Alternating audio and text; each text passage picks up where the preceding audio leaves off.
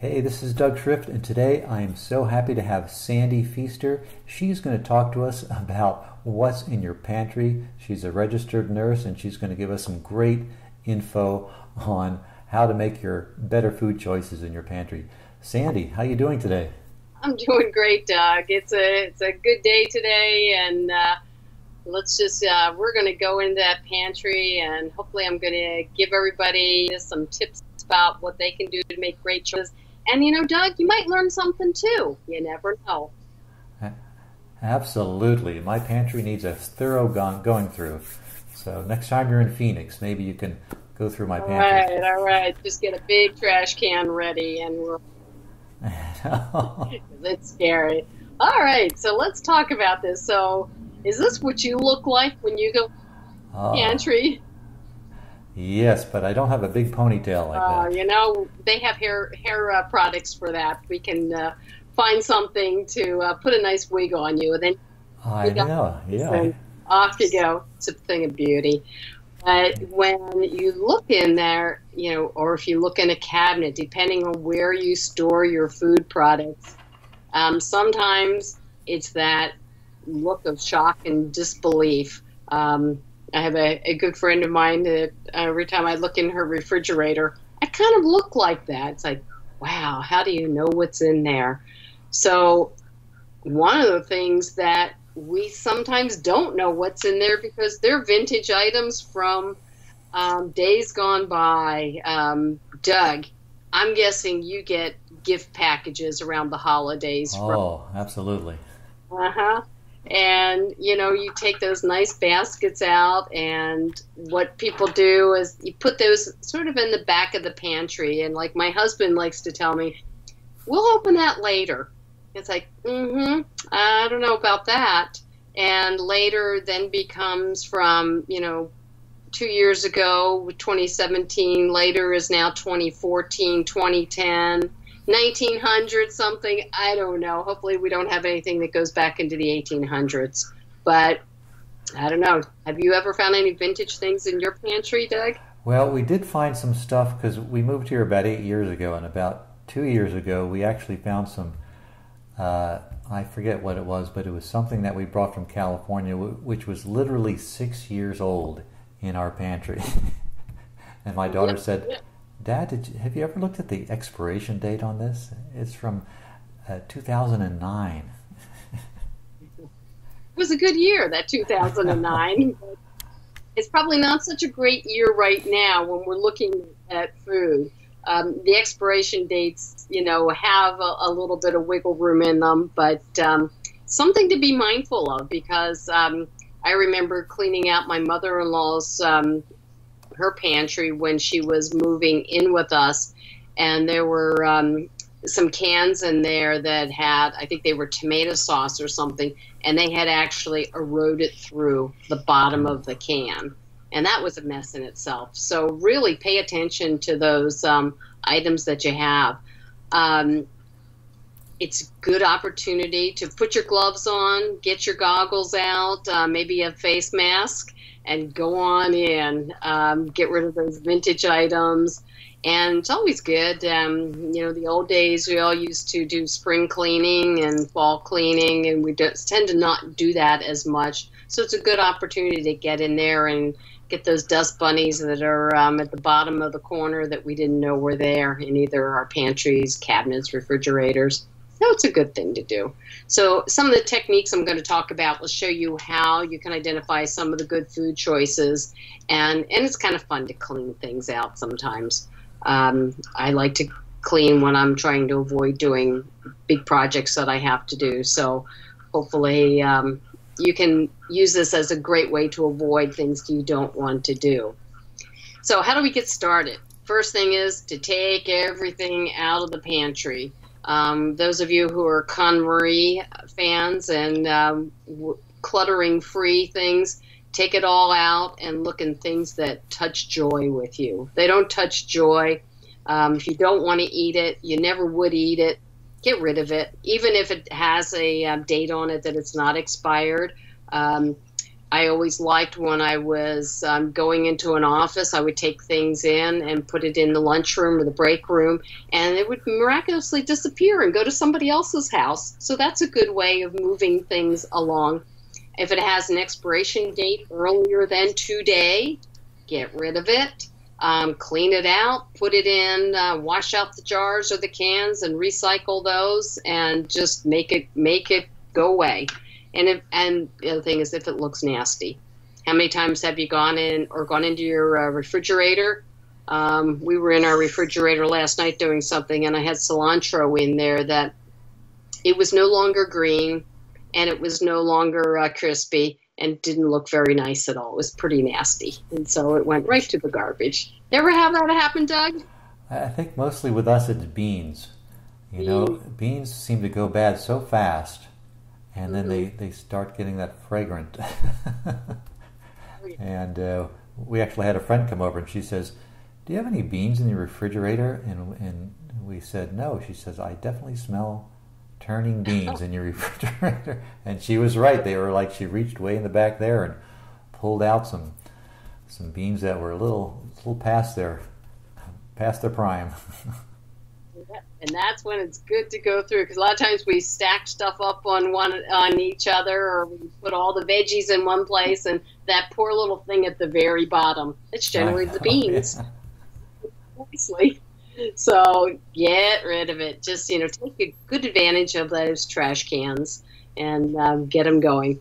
Then start sorting through things. It's a good time to go through and line things up. You have your dry goods, your flours, your sugars, your pastas, the canned items, put them somewhere else, your condiments. You had talked earlier, Doug, about your wife going through the spices and getting them all nice and tidy. Depending on the space that you have, you may want to put the things that you use frequently in the front, and so that you can readily get them. And so your space is best, and what you're going to use and how you would use it. So it's a good idea to do that. So once you've sorted things and you're ready to identify the items in your pantry, it's a good way to go through and identify. So method I like to use is called traffic light eating, and think of it as your traffic light in the when you're driving down the street. If the traffic light says red, you stop. If yellow, you go with caution and probably shouldn't go unless you need to, and green, you just go ahead and go. So when we look at our traffic light eating, we're focusing on a couple different things. The quality of the food that we have. There's so many foods we get these days that aren't good quality and aren't good for us. They go to all the bad parts. They go to our stomachs. They aren't good for our heart. They're not good for our skin. So when we think of traffic lighting, it helps me particularly guide the food that I eat. Is it nice and colorful? Is it good for me? Is it healthy? Is it going to keep my vital organs working well? And then as we get into looking at things that are red light and are yellow light, it will give us a pause, and it's nice to be able to identify those items that we may want to give a second thought about eating them, or even purchasing them in the first place once you get really good at traffic light eating. So what are the types of foods that are involved in light eating? Let's start from the things that aren't so good for us. First of all, let's talk about the red light foods. There are cookies and our candies and our chips and our sugary beverages, our bacons, our hot dogs, our deli meats, processed things. So they're all the items that when we go grocery shopping, they always tell you when you shop for food to shop the perimeter. That's where all the green light foods are, and I'll switch over to green lights a second. That's where your fruits and vegetables and your eggs and your fresh proteins, your chickens and your fishes. That's where, so if you never go in the inside of the grocery store in the center, you'll actually do pretty well and eat quite good. As you get into closer into the center of the grocery stores, you'll find your light foods. That's where your pastas and your breads and your nuts and other things that in moderation, they're just fine for you. Olive oil is very good. Cheeses are good for you. Some pastas, they're making really great pastas now that are made with lentils and other very healthy things. And actually, when you put a little spaghetti sauce on them, the pasta is really just a vehicle for the spaghetti sauce anyway. So you might as well have something that's made with zucchini or lentils or some other way of getting that good spaghetti.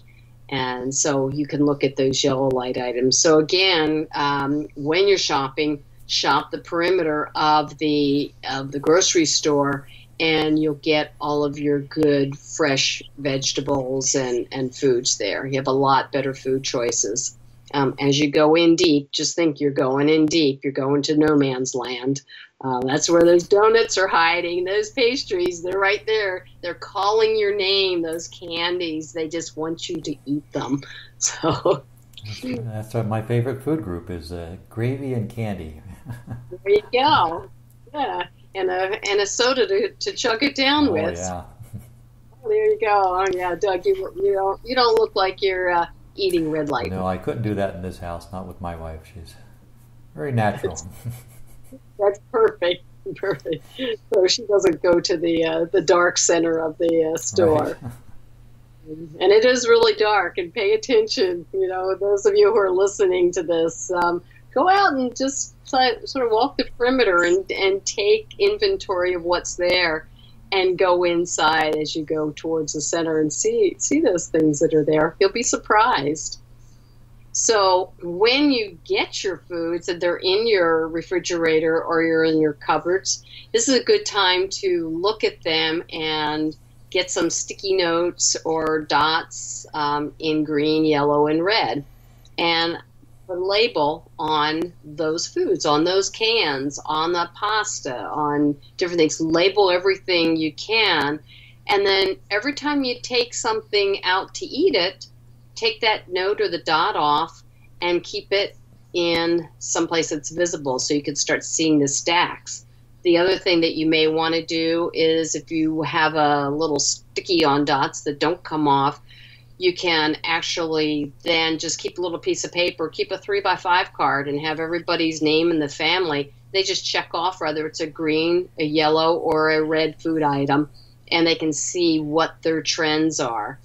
Sort of like birds in migration. You look at how the birds are moving in the flock. You're seeing, are they going north? Are they going south? And so you start to begin to get these trends of what your eating is. And so if you use these type of Post-it stickers, you start getting a pile of red stickers there, you need to reassess and use that as your cue to say, well, let's kind of reconsider the food groups that I'm eating, versus just saying I'll go to the gym more and I'll exercise more, because you can't out-exercise a bad diet. And Doug, you in the exercise arena, you know that it's so good for your health. But if there's bad things going in, as a colleague of mine says, in the pie hole, that's the pie hole, it's not going to do you well. So it's a good idea to combine both exercise as well as good nutrition. And this is a way for good nutrition. Right, that's what Jack LaLanne always said. He said exercise is king and nutrition is queen, or vice versa. I forget which one he says, but he says they pretty much go hand in hand. Oh, they do. They do. And, it's just, we have such an opportunity, where, Doug, where you live, I live in California. I mean, we grow the breadbasket of food for a lot of the country. It's hard. I grew up on the East Coast, and in Philadelphia in the wintertime, you couldn't get anything that was green. I mean, now with, good and bad, the way that it's shipped, and it's, they can have foods that keep longer, but living in an area where you can get fresh produce on a regular basis is just such a blessing. So, take advantage of what you can, and it's hard sometimes. It's hard, people that go to some of the big, the Costco's and things like that, the quantities are so big. And so if you're eating for one or for two, it's, you can look at things that you could freeze. Could you get blueberries and freeze them? Use them in a smoothie. Just sort of look at how you can repurpose that food so you can make good food choices, and not spend an exorbitant amount of money. But each time you reach into the pantry or the refrigerator, make those choices with good judgment. Look at the weight of the colors. Do you lean more towards the yellows? Are you more of a green person, or you're more of a red person? That will start to have you making decisions that you may shift your eating patterns a bit. And it's not going to happen overnight. Some people, I'm not that strong. I can't just make changes right away. I have to do it gradually. Other people are really strong. My husband, he can just say, okay, I'm not eating meat anymore, and stop eating meat, or stop drinking coffee. I can't do that. So, and just remember too that, a little cheating, okay, we're not going to tell, it's just between all of us, we're not telling anyone. So every now and then that little piece of chocolate sure does taste good. So I like those little dark chocolates. So this is the refrigerator I aspire to have, and I don't. But this is someone else's refrigerator, but you can see they have dots all over it. And this is actually a really fun activity if you have grandkids that are coming to the house, if you have, or even a spouse that isn't quite on board with what you're doing. Say, okay, let's do this together. Let's put dots on everything. And you can start then seeing what is in the refrigerator or the cupboard and what the majority is. It is this one. This is, like I said, is not my refrigerator. Has lots of good green items in it. A couple red. There's one red up there that I'm not sure what it is, whether it's chocolate or something. But there's a little chocolate milk in the back over there. Not so bad, but so it's a fun way, and I think the grandkids would really enjoy doing this. And then you can actually start having them make good food choices and think about it when they reach into the cupboards or the refrigerator. If they're going for the chips that has a big red dot on it, well, maybe they'll go for carrots, or maybe not. It's hard to say what they'll do, but it's a good way to get started.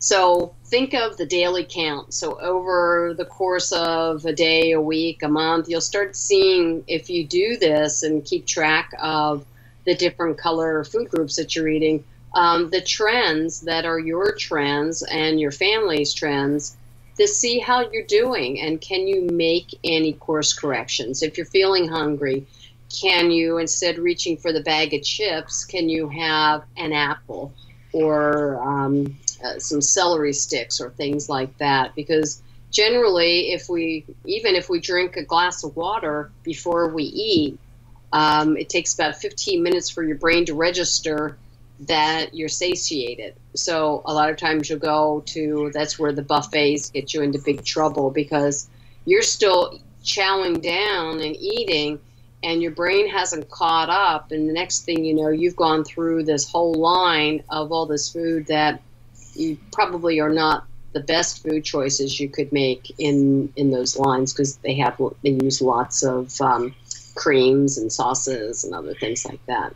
So it won't make you, this system won't change things overnight, but it'll start to help you make some course corrections and adjustments in how you're eating and how you view food and look at it from a healthy standpoint. So Kermit the Frog, he always says it's not easy being green, but you can start improving your diet from the red light to the green light eating and think of it as a big ocean liner that they can't turn quickly like a little speedboat can do. But they both have a destination that they're both going the same place. One just turns at a different speed than the other, but again, it's the end goal, and where you dock the boat is the same place. And so that's really the goal. What can take someone a couple weeks to make changes, someone else it may take them a couple months. But if you're starting to change your behavior, it generally doesn't go into a lifestyle change until you've been in it for about 3 months. It takes about 90 days to change behavior. And again, think of this. This is a lifestyle change. This isn't a one-stop shopping, one and done, and today is the only day I'm going to do this. This is changing your life, changing the way you're eating so that you can lead a long and healthy life. And at the end of the day, that's what we really want, to have that health span that is as optimal as we can. And one of the best ways to get there is good diet and nutrition and exercise, of course. So you combine all of those and, you'll put your body in the best shape it can be to deal with whatever's around the corner. But again, we want to extend that health span as long as we can and be as healthy as we can. And this is a great way to do it. So thank you for listening, and I hope everybody runs out and gets their green, yellow, and red stickies and starts making a collection of how you can start eating better and going from red light eating to some green light eating. And it's all good. Happy eating to everyone. Wow, that's great. Well, thanks so much for sharing this slideshow. It was really quite informative, and I'm going to have to run out and get some Post-it dots here. And my wife will say, "What are you doing?" I said, I'm doing the red light stuff. What are you talking about? And this is your opportunity to explain it. Right, yeah. So where can people find you on the web? I see you have your website, turning60andbeyond.com. And I'm on Facebook at T60 Plus, so that's Turning 60 and Plus. And my Twitter is at Sandy Runs. And wow. I do triathlons, and so running was my first passion, but needed to shake it up a little bit, and so adding a swimming and a bicycling was a good thing. So my first love was run, so that's why I'm an at Sandy Runs. Oh, at Sandy Runs. That's what that's all about. Great. Well, we'll also show after this, we'll show your video of actually, I think, going through a pantry. Yes, we went to my neighbor's pantry. We had a great time doing it. All right, yeah, we'll show that right after this. And then people can actually see you at work, right? Yep. Mm-hmm. Mm-hmm. Kind of putting the dots on things and going through. So we'll show that right after our little slideshow here. Well, that's great. Thank you very much. And I learned a lot. I'm going to have to definitely straighten up my pantry now, because that's kind of the heart of your house is your pantry, right? It really is. And it your really fridge. is. All those good. Well, we live to eat sometimes, right? But we have to eat to live. Absolutely, yes. Who said that it's kind of morbid, but we dig our grave with our fork and spoon? Was that Ben Franklin? One of those people said that. Jack LaLanne as well? I think. He might have said that too. So he had lots of he had a good long life. He had lots of time to say many wonderful things. Yes, he exercised 2 hours a day pretty much and ate natural foods pretty much his whole life, I think, since he was 16. Before it was trendy. Absolutely, back in the dark ages. I know. All right. Well, thanks again, and we'll definitely put this up there, and we'll be talking to you soon. Great. Thank you so much, Doug, and thanks everybody out there, and eat healthy and live long. All right. Thanks, Andy. Okay. Take care, Doug. Bye. Okay. We're going to start in the pantry. Here's Allison's beautiful pantry. She has it ever so nice. not as nice as my pantry. My pantry has a little this and that everywhere. So we're going to start off, Allison, with the green lights. So, and we have some stickers. So we have some green light stickers. We'll start there first. So is there anything in there that would be a green light? So go ahead and read that off again of what's in green light. Green lights are fruits and vegetables.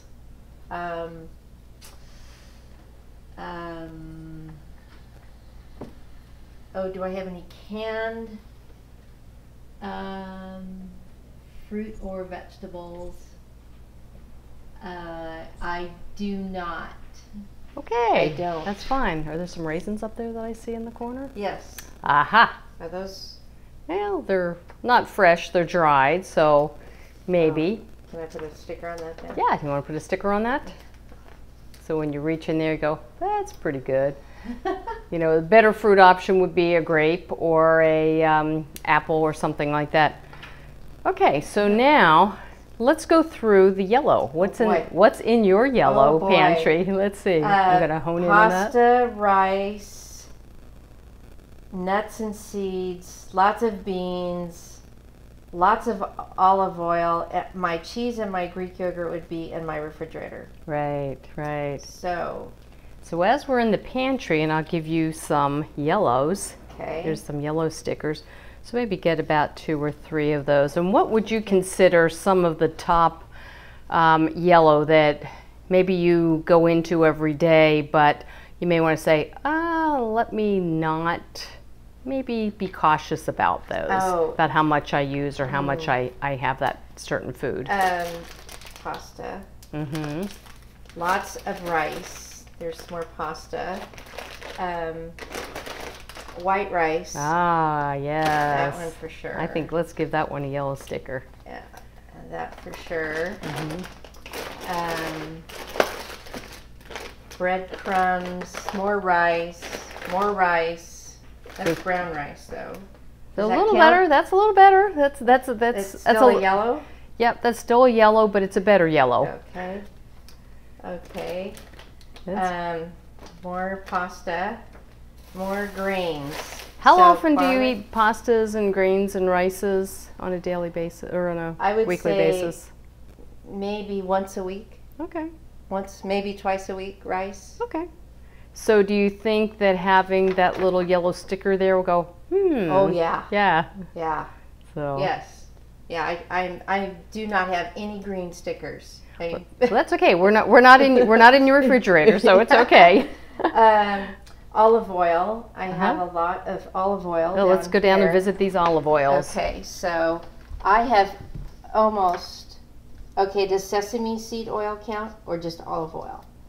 All the different oils, yeah. All the different oils. Okay, yeah. Here's olive oil. Mm-hmm. And I use olive oil probably every day. And olive oil is great for you, so don't be deceived by those stickers. They just mean when you're putting it on, use it mindfully. I have more olive oil. I have a lot of vinegar. That's okay. Sesame seed oil, does that count? Yeah, you can put that on there. Okay. There you go. Okay. All right. So now we're going to go into beans. I have a lot of beans. Ah. A lot of beans. Okay, and let's look at the back of those a second. Let's look at the ingredients a second. Okay, turn it around a little bit more so we can see. Alrighty, and let's see. So the ingredients are right here: organic pinto beans, water, and sea salt. And that's really good because the more ingredients something has in it, the less healthy it is. Yes. And if we let's look at the sugar content and some of the other pieces. So 0. Here we have 0 sugar. Very good. And how about our fats? Total fat 0. Great. Awesome. So that's a good choice. So I would almost it's in the yellow, but I would almost say he's green. I'd give him a green. Oh, I'm so excited! I got a green. I'd give him a green. Okay. Because that's a good choice to use. Now let's look at the dates on him while we're in here. Okay. We're gonna make sure that he's still used by Best by December 2020. Yay! We're good. Okay, so here's another bean, and here is ingredients on that. the ingredients are beans and water. Beans and water. Okay, and any sugar in those? Sugar 0. Good. Fat 1 gram. Good. All right. And calories, if you look at those calories, 52. not so bad, huh? Pretty darn good. So. And the date? Da da da.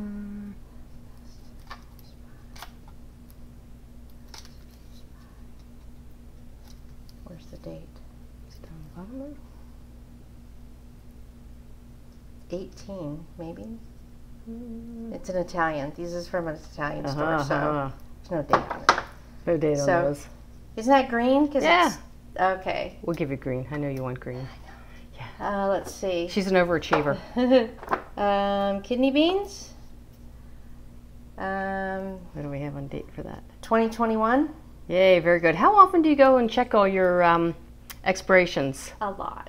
Good. A lot. Oh, good, good. I'm kind of fanatical about it. That's great. So this ingredients is just kidney beans, water, and salt. Awesome. Calories 110, 0 fat, and 2 grams of sugar. So there's a little more sugar in that. High in carbs, though. Yeah. 20. Mm-hmm. Real high in carbs. Okay, so that's a great thing to look at. So when you're making your bean choices, if you're cooking, so you may want to use more the pinto beans and something that's a little less than that. Yeah.